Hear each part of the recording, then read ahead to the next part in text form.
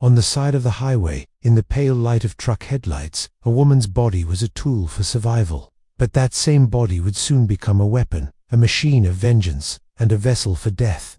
This is the story of a woman who was raised with abuse instead of love, with betrayal instead of trust. A woman pushed to the very bottom of society who then tried to claw her way out with rage. In a world that saw her as a prostitute, Aileen Wuornos redefined herself as a hunter. As she selected her victims, she sought not only money, but also a payment for the hatred she had accumulated over years. So, was Aileen Wuornos born a monster, or was she a monster created by the cruelty of life and society? Was the force that made her pull the trigger a cold-blooded plan for murder? Or was it a final act of self-defense at the end of a lifetime of rape? We now begin a disturbing journey into the mind, the rage, and the tragedy of the woman who shocked America. Aileen Wuornos' life did not begin as a single tragedy, but as a cascade of them. In her story, there is no room for concepts like a happy childhood or a normal family. She was, in the most literal sense, born into hell and forced to fight for survival from her very first moments. When she was born in Michigan in February 1956, she would never know her father, Leo Pittman. This was because her father, a convicted child molester diagnosed with schizophrenia, had hanged himself in prison shortly before Eileen's birth. This was the first and darkest omen of the toxic and tragic nature of the relationships she would have with male figures throughout her life. Her mother, Diane Wuornos, was just a teenager herself and incapable of handling the responsibility of 2 children. When Aileen was only 4 years old, her mother abandoned her and her older brother, Keith, and vanished. She never returned. Aileen and her brother were adopted by their maternal grandparents, Laurie and Britta Wuornos, who were both alcoholics. However, this home was not a sanctuary but a new hell of abuse and violence. Her grandfather, Laurie, was an extremely stern, disciplinarian and violent man. He frequently beat Aileen and her brother with a belt, instilling fear in them instead of love. The most horrific secret held within the walls of this house was the grandfather's sexual abuse of Aileen. While still a very young child, Aileen was repeatedly raped by her grandfather. In her own home, in the one place she should have been safe, she was betrayed by the male figure who should have been her protector. This carved an irreparable wound in her soul. The foundations of the deep hatred and mistrust she would feel towards men were laid in this hell of incest. She had come to know the male body not through love or affection, but through pain, violence, and humiliation. Her school life was also a nightmare. The traumas at home caused her to exhibit behavioral problems and fits of rage. She was ostracized by her classmates, labeled as dirty and weird. Her loneliness and lack of love pushed her down a dangerous path at a very early age. By the age of 11, she began engaging in sexual acts at school in exchange for cigarettes, drugs, and food. For her, this was purely a survival mechanism. She saw her body as the only capital she possessed to meet her basic needs. When her grandfather discovered this, the consequences were even more tragic. She became pregnant at just 14 years old. The paternity of the baby was never clear. It could have been her grandfather's, her brother's, or someone else's from school. This pregnancy marked her final break from the home. Her grandfather kicked her out. For a time, Aileen lived in the woods and in abandoned cars. Eventually, she was placed in a home for unwed mothers, where she gave birth to a baby boy. Unable to care for him, the baby was given up for adoption. By the age of 15, Aileen Wuornos was on the streets, without family, without a home, without an education, and with a shattered soul. Life had given her nothing. On the contrary, it had taken everything from her. She now had nothing left to lose, and this was only the beginning of the path that would make her one of America's most dangerous women. For Aileen Wuornos, cast out onto the streets at 15, life became a struggle for survival defined by highways, truck stops, and cheap motels. The concept of a home or family no longer existed for her. All of America was her home and, simultaneously, her hunting ground. This period was when her personality hardened, her soul grew calloused, and the identity of a prostitute became an integral part of her being. She hitchhiked from state to state, sustaining her life solely on the money she earned from prostitution. This life meant being trapped in a constant cycle of danger and violence. Every day, she got into the cars of men she didn't know, was with them, and each time faced the risk of being robbed, beaten, or murdered to survive in this brutal environment. Aileen was forced to develop a tough and aggressive persona. She acted coarse, profane, and brazenly towards men. This was a defense mechanism she used to ward off potential threats. But beneath this hard shell, a deep-seated mistrust and hatred were accumulating. The thousands of instances of abuse, rape, and humiliation she endured caused her to code all men in her mind as potential enemies. For her, a John client was not just a source of money, but also an object of her hatred and rage. Every sexual encounter was another trauma, another piece of her soul being torn away. During this time, alcohol and drug use also became a part of her life. These substances were an escape route she took to numb the physical and mental pain she was experiencing. Throughout this highway life, Aileen committed numerous petty crimes. She was arrested multiple times for offenses like writing checks under a false identity, drunk driving, and shoplifting. These crimes were a manifestation of her rebellion against the system and authority. She always saw herself as a victim and considered breaking the rules a legitimate right in order to survive. One of the most notable events of these years was her marriage in 1976. At the age of 20, to 69-year-old wealthy yacht club president, Louis Gratzfell. For Aileen, this marriage seemed like a ticket out of misery and street life. However, this union lasted only a few weeks. Aileen's violent temper tantrums, greed for money, and erratic behavior led Fell to divorce her and obtain a restraining order against her. Aileen had learned once again that she could not adapt to a normal life. She no longer belonged to that system. These were the years when Aileen's soul completely fragmented. Being constantly on the move, unable to form a lasting bond with anyone, left her rootless and without an identity. The only constant was prostitution and the violence it brought. She lived the same cycle every day: get into a stranger's car, sell her body, and hope to survive until the next day. This process slowly transformed her from a human being into a survival machine operating on primitive instincts. The anger and hatred accumulating inside her were like a volcano, waiting for the right time and the right spark to erupt. That spark would be ignited when she met Tyria Moore, the woman who would bring love into her life, and with it, the ultimate betrayal. The year 1986 marked a turning point in Aileen Wuornos' chaotic and lonely life.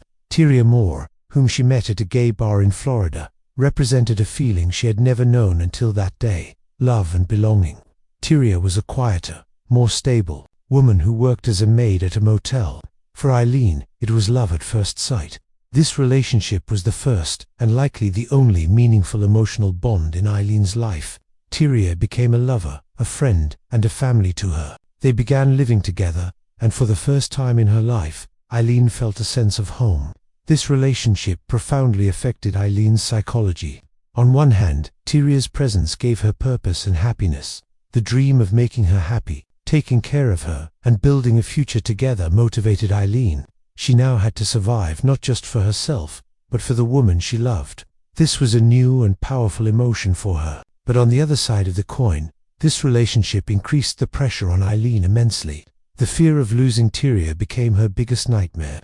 To maintain this normal life, she needed money, and the only way Aileen knew how to make money was through prostitution. To provide for Tyria, Aileen began to work more, which meant being with more clients. However, this situation exposed her to more risk, more violence, and more humiliation. Every day, as she got into strangers' cars on the side of the highway, her mind was on returning home to Tyria. This dilemma fueled the rage within her even more. On one side was a loving home, and on the other, the brutal world where she had to sell her body. The tension between these two worlds created a fault line in her mind. The hatred she felt for her clients was no longer just a personal anger, but an anger directed at an element that threatened her happiness with Tyria. Tyria Moore was largely unaware of the extent of Aileen's crimes. Aileen usually explained the source of the money she earned as odd jobs or tips. But over time, Aileen's increasing violent tendencies and anger outbursts began to affect their relationship. Aileen would overreact to the smallest disagreements, threatening to leave Tyria. This was a reflection of her deep-seated fear of abandonment. The fear of losing the only good thing in her life made her even more unstable and controlling. This relationship played an indirect but powerful triggering role in the start of Aileen's murder series. She used the money and cars she obtained from the murders to improve her and Tyria's living standards. Each murder bought them a few more weeks or months together. Aileen may have developed a sort of Robin Hood complex. She was stealing from men she saw as rich and immoral, the Johns, to provide a better life for the woman she loved. But this was a bloody illusion. The murders she committed to protect her love would eventually lead to her being betrayed by that very same love and getting caught. Tyria Moore was the only ray of light that entered Aileen's life, but she was also the beginning of the path that would lead her to the darkest end. November 30th, 1989 is the date a bloody new chapter opened in the life of Aileen. When she got into the car of 51-year-old Richard Mallory on a Florida highway that day, the encounter would be the moment she transformed from a prostitute into a murderer. This first murder forms the basis of Aileen's entire case and her public image, because from the very beginning, Aileen claimed that she killed Mallory in self. This claim held the potential to transform her from a simple robber-murderer into a figure of a woman who was a victim of the system, fighting back. According to Aileen's account, Richard Mallory, an electronics store owner and a respectable family man on the surface, was a sadistic monster underneath. Shortly after she got into his car, Mallory drove Aileen to a secluded wooded area. Here, he handcuffed her, tried to tie her to a tree with a rope, and brutally raped her. Aileen had been subjected to violence countless times in her life, but she said Mallory's attack was different. She was certain he was going to kill her. In a state of panic and adrenaline, she managed to free one of her hands from the handcuffs, reached for the .22 caliber pistol in her purse, and shot Mallory multiple times. She then took his car and wallet and fled the scene. This narrative was used by Aileen's lawyers as their primary defense strategy in court. According to them, Aileen was not a murderer that day, but a victim. She was a woman who had fought for her life. The most significant piece of evidence that strengthened this claim was a fact that emerged during the trial. Richard Mallory had a prior conviction for attempted rape. This information showed that Mallory was not an innocent victim and that Aileen's scenario was highly plausible. This situation plunged the case into a moral dilemma. Is a prostitute who kills a rapist to defend herself a murderer? However, the prosecution painted a completely different picture. According to them, Aileen was a cold-blooded robber and murderer. She had killed Mallory simply to steal his money and car. They presented the evidence at the scene and Aileen's use of Mallory's belongings after the murder as proof of this thesis. According to the prosecution, the self-defense claim was a lie fabricated by Aileen to mitigate her sentence. The used condoms found at the scene were used by the prosecution to argue that there was a consensual encounter and the robbery was planned afterward. The jury found the prosecution's version more convincing. Aileen's cold-blooded behavior after killing Mallory and the robbery weakened her claim of self-defense, but the psychological effects of this first murder are much deeper. If Aileen's account was true, this event may have blown the final fuse in her mind. Having accepted the role of a passive victim until that day, she had taken control by pulling the trigger. This may have given her a sense of power and dominance she had never felt before. Perhaps this first justified murder opened a door in her mind to legitimize the other murders. Now, every client was a potential Richard Mallory, a potential rapist, an enemy. Pulling the trigger might have become not just a defense, but a preemptive strike and an act of vengeance. The murder of Richard Mallory forever branded Aileen Wuornos as a murderer, but the reasons that brought her to that point were far more complex and dark than a simple court verdict could convey. In the year following the murder of Richard Mallory, the highways of Florida became Aileen Wuornos's personal hunting ground. Killing Mallory had completely broken the dam of violence within her. She was no longer just a prostitute trying to survive, but an active predator. Throughout 1990, she murdered 6 more men using the same method. These murders showed how clear and repetitive her modus operandi had become. Aileen's method was simple but effective. She would pose as a hitchhiking prostitute on the side of highways or at truck stops. Middle-aged men traveling alone would typically pick her up. These men, in search of an easy sexual adventure, were actually driving straight into a death trap. After getting into the car, Aileen would go with the client, usually directing them to a deserted road or a wooded area. But this time, she would be the one to have the last word. She would pull out her .22 caliber pistol and shoot the men in cold blood. The profile of her victims was generally similar. Richard Mallory, 51, David Spears, 43, Charles Caskadon, 40, Peter, seemed 65, Troy Burris, 50, Charles Dick Humphreys, 56, and Walter Geno Antonio, 62. The common thread among these men was that they were taking a risk to be with prostitutes, were often away from their families, and could be seen as easy targets. After the murders, Aileen would steal her victims' wallets, money, and most importantly, their cars. The cars served as both a getaway vehicle and an asset she could use until the next murder. She would try to leave no trace behind by dumping the bodies in the bushes or in secluded spots along the highway. The body of Peter Seams was never found. This series of murders also reveals the transformation in Aileen's psychology. This claim from the first murder grew weaker with each subsequent killing. It was illogical to claim that each and every one of them had been an attempted rape. At this point, the thesis that the primary motivation for the murders was robbery grew stronger. Aileen may have begun to see murder and robbery as a much more profitable and quicker job, compared to the low and uncertain income from prostitution. Each murder provided her and Tyria Moore with a few weeks or months of financial relief. However, to say that the motivation was only money would be incomplete. Inside Aileen was a deep-seated hatred of men, accumulated over years. Every time she pulled the trigger, she was not just killing a man, but also the image of the rapist, abuser, and humiliator in her mind. Each victim was a form of revenge taken on all the men who had harmed her in the past. This was a show of power for her. After being at the mercy of men for years, she had now reversed the roles and taken complete control. She was no longer the victim, she was the executioner. During this one-year period, the Florida police were faced with a series of male homicides that seemed unconnected. The fact that the victims were found in different locations and had been robbed initially weakened the possibility of a serial killer, but the similarity in the victims' profiles and the fact that they were all killed with a pistol led detectives to focus on a single perpetrator.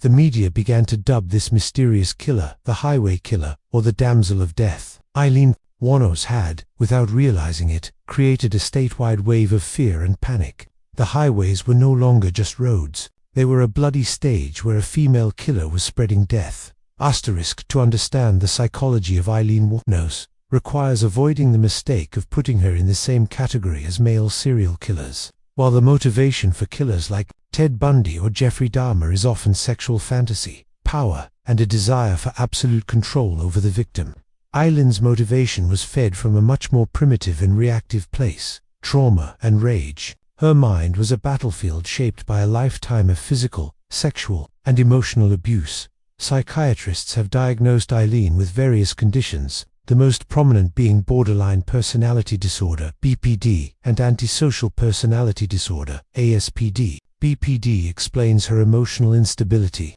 intense fear of abandonment, as seen in her relationship with Tyria Moore, identity disturbance, and chronic feelings of emptiness. Her rage outbursts and potential for self-harm are typical symptoms of this disorder. ASPD explains her disregard for society's rules and laws, her violation of the rights of others, and her tendency to feel no remorse. She had created her own rules for survival and was prepared to do anything for the sake of these rules. But beyond these clinical labels, one of the concepts that best explains Aileen's condition is complex post-traumatic stress disorder, CPT. It is seen in individuals exposed to prolonged and repeated trauma, childhood abuse, life as a prostitute, rather than a single traumatic event. CPTSD fundamentally shakes a person's relationship with the world and with other people. For Aileen, the world was a dangerous and untrustworthy place. People, especially men, were potential threats. This state of hypervigilance may have caused her to live in constant expectation of an attack. From this perspective, her encounter with each John may have been perceived in her mind as a life-or-death struggle. Even if there was no real threat, her trauma-filled mind may have interpreted the situation this way and acted on a strike-first principle. Aileen's rage was her most fundamental driving force. This was not an anger directed at a specific person. It was an accumulated, explosive hatred for the entire male gender and the system that had victimized her. For her, the Johns were an anonymous, faceless mass. They were all reflections of the same male archetype that used, humiliated, and abused her. Every time she pulled the trigger, she was not only symbolically punishing the man of the moment, but also her grandfather, her rapists, and the thousands of men who had objectified her. This was an act of empowerment for her, a shedding of the victim role to assume the role of the perpetrator. She also doesn't fit neatly into the traditional profiles of female serial killers, often dubbed Black Widows, who kill relatives with poison or for financial gain. Aileen acted like a predator, targeting strangers and doing so in an extremely violent manner.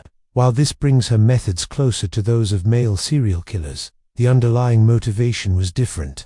There was no quest for sexual gratification. On the contrary, the murders were a rebellion against the sexual act. There was a desire for control, but it was a desire to control her own destiny and survival, rather than to dominate the victim's body. In conclusion, the psychology of Aileen Wuornos is not that of a monster's innate evil, but rather the reaction of a shattered soul in pain and rage. She was a monster created by the system and by people, and in the end, she waged war on the world that created her, using her own brutal methods.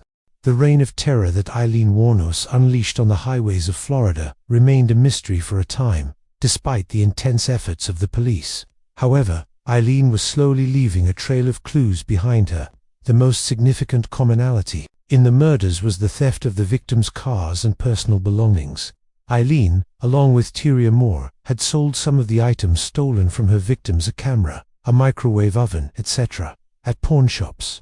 The fingerprints she left at these shops became one of the most concrete pieces of evidence the police had. When detectives realized that the same woman was selling items belonging to different victims, they were certain they were after a single perpetrator.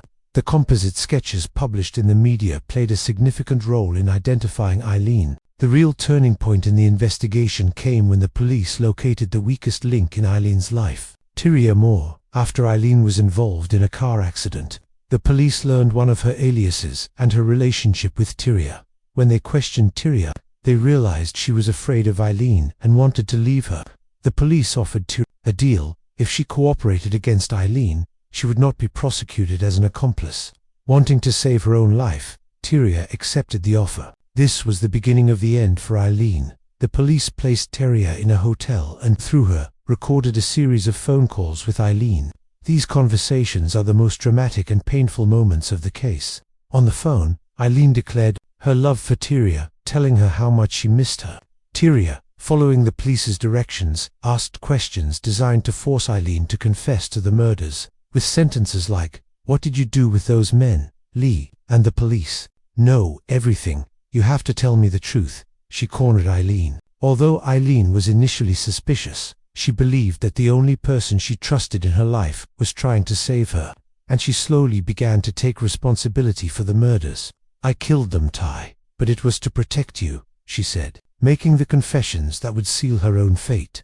These phone recordings would become the prosecution's most powerful weapon. Aileen, who had been betrayed her entire life, was now experiencing the biggest and most painful betrayal from the person she loved the most. Following these confessions, the police moved in to capture Aileen. On January 9, 1991, while Aileen was sitting at a biker bar in Daytona called The Last Resort, she was quietly arrested without resistance. The moment of her capture was almost like a relief. The life of running, violence, and fear that had lasted for years had finally come to an end.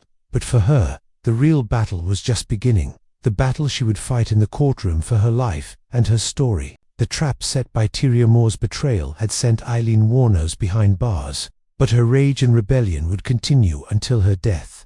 Aileen Wuornos' trial for the murder of Richard Mallory began in 1992 and turned into a full-blown media circus. The case garnered immense attention, as it was the trial of one of America's first prominent female serial killers. The defense team focused on a self-defense thesis, using Aileen's trauma-filled past and Mallory's rape conviction. However, Aileen's aggressive, profane, and uncontrollable behavior in the courtroom had a negative impact on the jury. Most importantly, Tyria Moore taking the witness stand to testify against Aileen and the playing of their recorded phone calls weakened the defense's hand.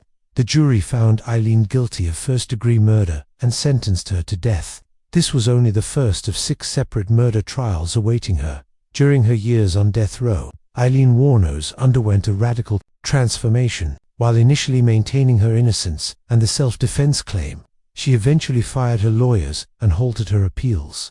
In a shocking turn, she began to confess that she had committed all the murders in cold blood and for robbery. They All deserved to be raped, but I killed them for robbery, she said, claiming that the self-defense story was a lie. The reason for this change in attitude is still debated. According to some, she was so fed up with the legal system and her lawyers that she wanted to speed up the process and die as soon as possible. According to others, this was her final act of rebellion, her way of telling the system, I will give you the monster you want.